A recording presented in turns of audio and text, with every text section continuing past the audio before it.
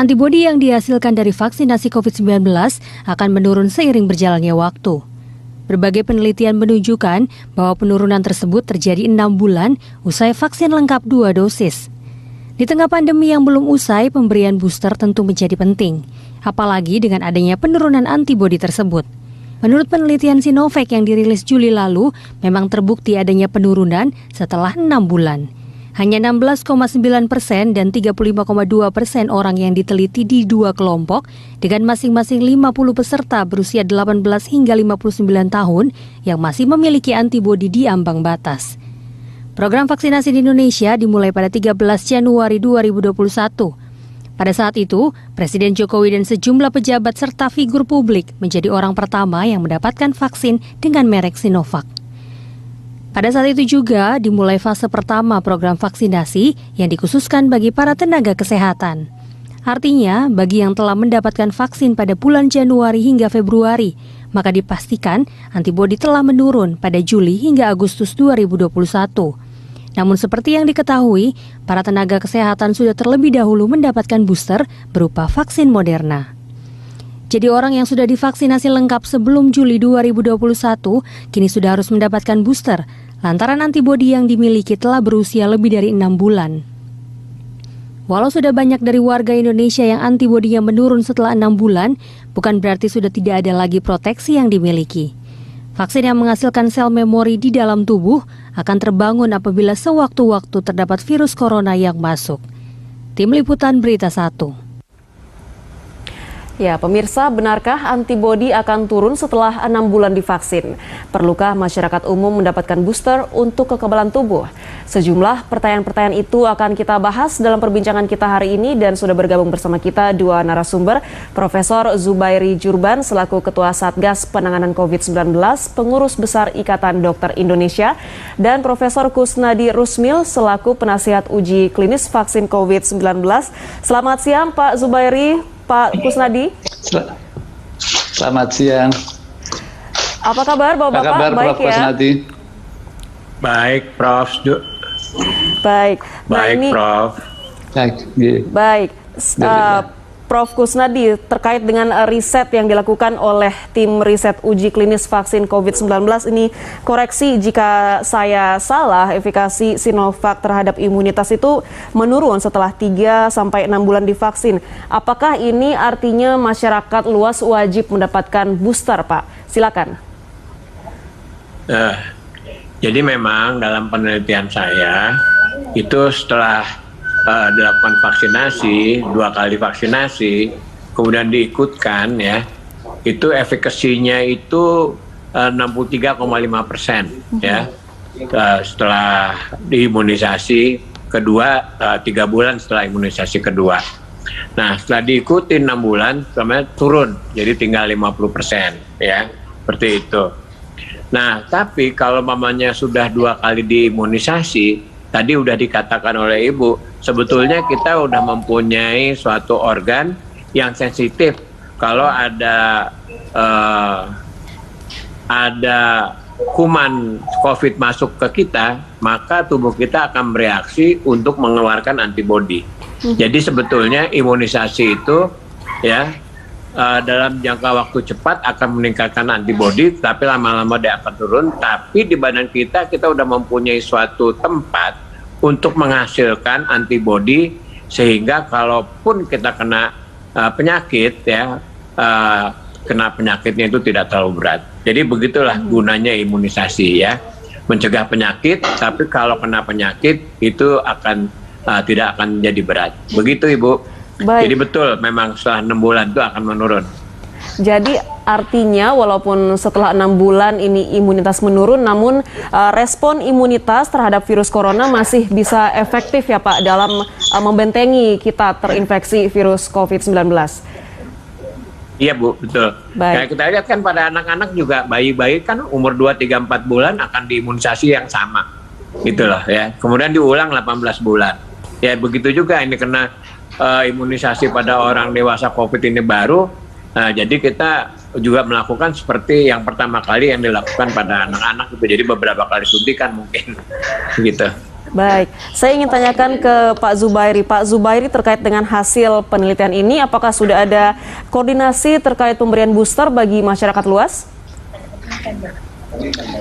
Iya, jadi juga mungkin sebelumnya kita menekankan perlunya booster ini pembelajaran dari banyak negara lain, misalnya Amerika, Inggris, Singapura, itu sudah lebih dari 70%, bahkan Singapura sudah 84% divaksinasi lengkap 2 kali, namun jumlah kasus baru per hari, per minggu masih jauh di atas kita, masih lebih banyak. Jadi memang diperlukan booster. Jadi dari kajian dari berbagai negara, plus tadi tambahan dari Prof. Kusnadi, jelas sekali bahwa booster amat diperlukan. Baik. Nah, terkait dengan pemberian booster bagi masyarakat luas, ini apakah sudah ada pemetaannya Pak nantinya setelah nakes yang mendapatkan prioritas booster terlebih dahulu, lapisan masyarakat yang mana nih yang akan didahulukan untuk mendapatkan booster? Yang nakes kan sudah semuanya atau nyaris semuanya sudah divaksinasi, bahkan angkanya lebih dari 100%. Jadi nakes sudah, jadi misalnya saya sendiri sudah lama, ada beberapa bulan yang lalu dapat booster suntikan yang ketiga. Jadi setelah 2 kali Sinovac, saya mendapat suntikan boosternya memakai Moderna, dan memang sudah dikerjakan pada hampir semua atau lebih dari semua tenaga kesehatan. Jadi yang berikutnya tentu mungkin sebaiknya pada usia lanjut, kemudian pada polisi, pada guru, pada orang yang di penjara dan yang menjaga di penjara, dan juga usia yang 65 tahun lebih atau usia yang lebih muda tetapi mempunyai comorbid. Baik, artinya yang akan menjadi prioritas mendapatkan booster nantinya adalah para lansia dan juga mereka yang punya comorbid, begitu ya Pak. Nah, saya ingin tanya ke Pak Kusnadi. Pak Kusnadi, apakah ada penelitian yang memperhitungkan atau melihat setelah mendapatkan booster ini apakah efikasinya akan terus bertahan di atas angka 60% atau mungkin nanti butuh disuntikan kembali? Seperti apa Pak? Jadi penelitian booster itu belum kita lakukan, baru mau akan gitu ya. Baru mau akan dilakukan. Jadi kita akan melakukan pada awal-awal tahun depan kita melakukan penelitian ini. Jadi penelitian booster terhadap vaksin Sinovac dan juga vaksin-vaksin lainnya kayak AstraZeneca dan juga yang lainnya itu kita lakukan pada awal tahun depan. Ya, kebetulan dilakukannya di kita di Bandung dan juga di UI. Ya, di Universitas Indonesia. Jadi ada dua Unpad dan di UI. Ya, seperti itu. Baik. Kalau kita lihat mungkin penyebaran dan juga karakteristik virus corona di tiap-tiap negara itu berbeda-beda ya Pak. Jadi mungkin keperluan untuk mendapatkan booster ini berbeda kebutuhannya, mereknya antara satu negara dan satu negara lainnya. Kalau Indonesia sendiri seperti apa Pak jika memang nanti akan diberikan booster kepada masyarakat luas? Hampir semua pabrik vaksin itu telah melakukan uji coba pada varian-varian yang terjadi, ya, bisa varian Delta, Gamma, dan sebagainya gitu ya. Dan pada umumnya itu mereka efektivitasnya tuh hampir 80%, ya, baik tuh AstraZeneca, Moderna, atau yang lainnya, dan Sinovac. Itu efektivitasnya itu setelah itu ada 80%, ya. Nah, jadi tidak ada yang 100%, jadi memang harus dikombinasi jadinya nanti setiap vaksin. Jadi kalau udah 2 kali Sinovac dapat booster satu lagi yang lain, atau yang tadinya AstraZeneca atau yang keduanya bisa pakai yang lain, seperti itu. Ya, jadi memang tidak ada yang 100% angka ininya capaiannya ya untuk semua strain ya, sehingga diperlukan booster pada yang lainnya ininya vaksin yang lainnya gitu ya. Jadi heterolog namanya. Baik. Seperti itu Bu. Terkait dengan pemberian booster kepada masyarakat luas, saya ingin tanya ke Pak Zubairi. Pak Zubairi, kalau saat ini apakah sudah ada urgensi untuk memberikan booster kepada masyarakat luas? Ada. Jadi Indonesia itu sebetulnya sekarang posisinya bagus sekali. Jadi kalau dulu pada bulan Juli awal Agustus itu kita pernah jumlah kasus barunya paling tinggi di dunia, yang meninggal per minggu juga paling tinggi dunia. Sekarang kita nomor 75, jadi rendah, amat sangat bagus. Kemudian positivity rate kita yang dulu pernah 44%, sekarang kurang dari 2%, bahkan di beberapa tempat kurang dari 1%. Jadi rumah sakit juga mulai kosong, itu berarti bahwa risiko penularan sekarang lagi rendah. Jadi itu sebetulnya di satu pihak seolah-olah mengurangi urgensinya untuk segera ini booster ketiga. Namun saya melihat justru sekarang kesempatannya kita lagi amat rendah, penularan lagi rendah sekali. Maka kalau sekarang dilakukan booster, maka efektivitasnya untuk menangkal gelombang ketiga akan jauh lebih baik. Baik, artinya memang jika sudah ada kesiapan ya Pak begitu, sudah bisa dilakukan ya penyuntikan booster ini bagi masyarakat luas. Nah, selama kita masih menunggu nantinya keputusan dari pemerintah untuk membagikan vaksin booster bagi masyarakat, yang perlu dilakukan agar tidak terpapar atau tidak adanya lagi lonjakan kasus ketiga ini seperti apa? Iya, jadi gini, Indonesia itu pada waktu kita mulai melandai terus itu yang divaksin belum ada 40%, sekitar 30%-an. Artinya kita melandainya selain vaksin banyak faktor lain yang ikut mempengaruhi keberhasilan Indonesia. Yaitu antara lain ya tadi ya mengenai selalu memakai masker kalau keluar rumah dan sering cuci tangan, jangan kumpul bareng-bareng, jangan makan di restoran, kemudian dan seterusnya. Serta menjaga supaya tidak terjadi kerumunan dan pembatasan bepergian. Itu semuanya menyebabkan hasil kita amat bagus. Baik, jadi artinya itu semua tetap harus kita kerjakan. Baik, sembari menunggu booster ini tentunya masyarakat tidak boleh longgar dalam menerapkan protokol kesehatan ya Pak. Baik Pak Zubairi Ya, dan juga Pak Kusnadi, kita akan lanjutkan dialog kita usai jeda. Pemirsa jangan kemana-mana, Lunch Talk akan segera kembali.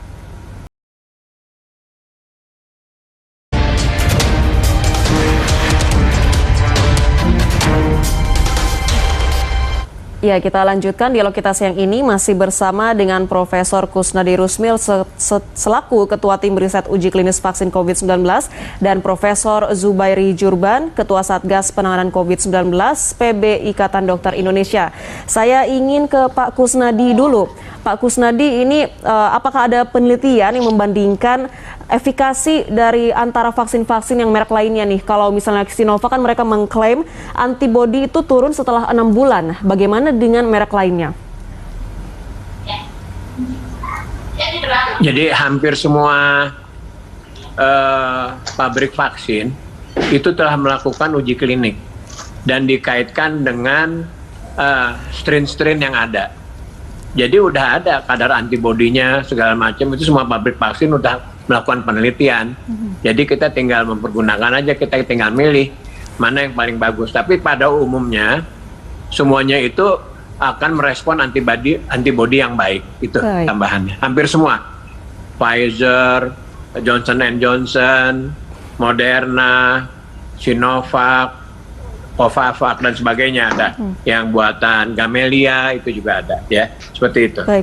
Artinya jadi meskipun ada yang efikasinya akan merendah di beberapa bulan setelah disuntikan vaksin, ini bukan berarti tidak bisa menangkal virus sama sekali ya Pak Kusnadi? Iya, enggak. Nah, saya ingin ke Pak Zubairi. Pak Zubairi, dengan merek Sinovac ini yang efikasinya paling rendah, haruskah nantinya mengganti dengan merek vaksin lainnya yang akan disuntikan ke masyarakat? Iya, kan tadi sudah disampaikan juga oleh Prof. Kusnadi bahwa sebaiknya yang vaksin ketiga itu platformnya yang berbeda. Jadi kalau Sinovac ya lanjutnya boleh Moderna atau Pfizer atau AstraZeneca atau yang lain. Baik, terkait dengan ini Pak, efikasi yang menyebabkan imunitas dari antibodi itu turun. Selama ini kalau misalnya kita lihat dari sisi penjagaan tetap disiplin dalam melakukan protokol kesehatan, apalagi mungkin upaya yang dilakukan oleh pemerintah untuk menjaga agar kasus COVID-19 ini tetap melandai meskipun kita belum mendapatkan booster bagi masyarakat luas. Iya, kita kan telah membuktikan bahwa upaya yang lalu, di mana vaksinasi memang masih rendah, plus upaya-upaya yang lain seperti PPKM level 3, 4, dan seterusnya itu kan telah terbukti berhasil. Jadi di kedokteran kami juga mengenal istilah do not change the winning team. Jadi yang lalu, upaya yang lalu kan berhasil, ya udah jangan jangan diubah. Artinya kalau misalnya nanti mendekati Natal tahun baru, ya sudah sesuai dengan kebijakan pemerintah sekarang, menurut saya sudah cukup bagus, naikkan ke level 3. Nggak boleh bahkan kembang api, tidak boleh untuk ambil cuti untuk pegawai negeri maupun kepolisian maupun yang lain. Nah, itu pembatasan itu penting banget, dan memang untuk kita ini sudah terbukti bahwa pembatasan peraturan saja tanpa disiplin itu bisa gagal. Jadi pendisiplinan, pengawasan memang jadi penting banget, selain edukasi seperti yang hari ini kita kerjakan agar masyarakat patuh untuk protokol kesehatan. Baik, kalau untuk progres capaian vaksinasi dosis secara penuh ke masyarakat saat ini sudah mencapai berapa persen, Pak? Ya, sekitar 40%. Tetapi sekali lagi, walaupun 40%, hasil kita jauh lebih baik dari Amerika, Inggris, Singapura yang sudah 80%-an, Singapura sudah 84%. Jadi memang vaksin penting, namun bukan satu-satunya cara, jadi harus kombinasi dengan semua upaya agar kita tetap berhasil mengontrol pandemi ini. Baik, terkait dengan wacana pemberian booster untuk masyarakat luas, saat ini progres apa mungkin atau upaya yang sedang dilakukan oleh pemerintah dalam memberikan booster nanti kepada masyarakat? Iya, itu kajian-kajian saya kira sedang dikerjakan oleh pemerintah bersama dengan tim yang memberi masukan, yaitu ITAGI, sehingga nanti pada waktunya kan baru akan dikerjakan awal tahun depan. Itu sudah perlu persiapan baik yang menyuntikkan maupun jumlah vaksin boosternya dan persiapan daerah-daerah, karena Indonesia itu luas sekali, jadi memang perlu waktu, perlu persiapan agar semua daerah bisa mendapatkan haknya untuk mendapatkan booster, ya walaupun dalam hal ini direncanakan untuk mandiri. Baik, saya ingin ke Pak Kusnadi. Pak Kusnadi, ini sebenarnya ada juga masyarakat yang bertanya-tanya terkait dengan mungkin gejala ikutan yang akan dirasakan ketika mendapatkan suntikan booster. Ini apakah ada gejala ikutan yang akan berdampak signifikan ke tubuh ketika mendapatkan booster? Pemberian booster itu efeknya sama dengan pemberian vaksin yang pertama kali, nggak ada bedanya. Baik. Sama-sama diberikan vaksin, jadi nggak jadi masalah. Ya biasanya itu yang terjadi adalah reaksi lokal dan sistemik. Reaksi lokal itu adalah kemerahan dan bengkak. Itu biasanya kemerahan dan bengkak itu akan hilang dalam 2-3-4 hari. Ada sebagian yang hilang seminggu, memang ada. Tapi sebagian besar tuh merah dan bengkak itu hilang dalam 2-3-4 hari, ya 90% lebih. Terus kemudian sistemik. Sistemik itu adalah panas badan, lemas dan sebagainya. Itu memang ada, tapi jarang gitu ya. Dan lebih dari 90% itu hilang deh dalam beberapa hari gitu. Jadi kita nggak usah takut, pemberian booster sama pemberian vaksin yang pertama kali itu sama-sama saja, nggak ada bedanya. Baik. Jadi kalau umpamanya pada waktu pemberian vaksin pertama kali terjadi hal-hal yang tidak diinginkan, maka pada waktu pemberian booster kita anjurkan untuk dilakukan imunisasinya itu atau vaksinasi itu di tempat-tempat pelayanan yang lebih lengkap, umpamanya di rumah sakit. Ya, karena pemberian vaksin ini penting supaya kita nggak kena penyakit COVID. Penyakit COVID itu jauh lebih berbahaya daripada kena vaksin, begitu ya. Vaksin itu nggak ada artinya itu ya dampaknya pemberian vaksinnya dibandingkan kalau kita kena vaksin. Dibandingkan kalau kita kena COVID. Demikian Bu dari saya. Artinya gejala ikutannya sama saja dengan penyuntikan vaksinasi dosis pertama dan juga kedua. Saya ingin ke Pak Zubairi. Pak Zubairi, apa mungkin kendala yang sedang dihadapi oleh pemerintah maupun Satgas COVID-19 dalam mempersiapkan vaksin booster untuk masyarakat luas?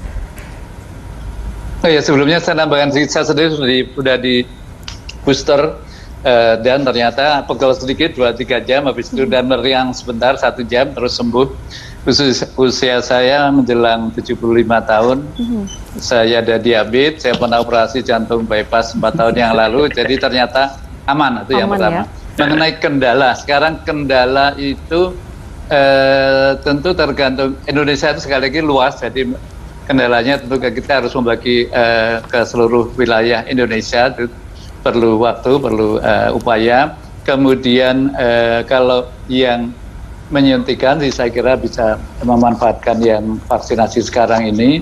Kemudian jumlah vaksinnya, iya ini tadi dikatakan sedang diteliti untuk Indonesia, namun pada prinsipnya asal beda platform pun juga boleh. Bahkan ada yang menyampaikan kalau misalnya tidak ada yang berbeda, ya vaksin yang sama 3 kali juga lebih baik daripada 2 kali.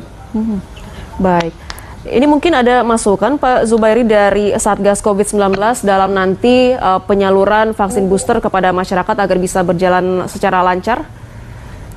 Sebentar, suaranya hilang, Bu. Pak Zubairi, suaranya hilang. Sedang mencari perangkat.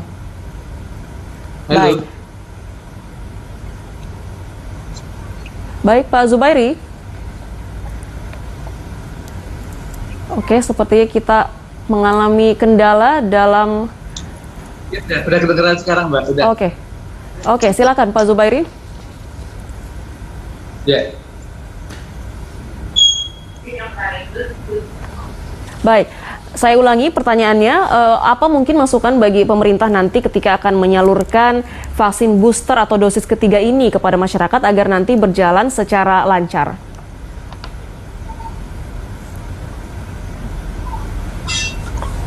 Baik, sepertinya kita mengalami kendala teknis, kita jeda dulu, kita masih akan lanjutkan dialog kita di segmen ketiga usai jeda. Tetaplah bersama kami.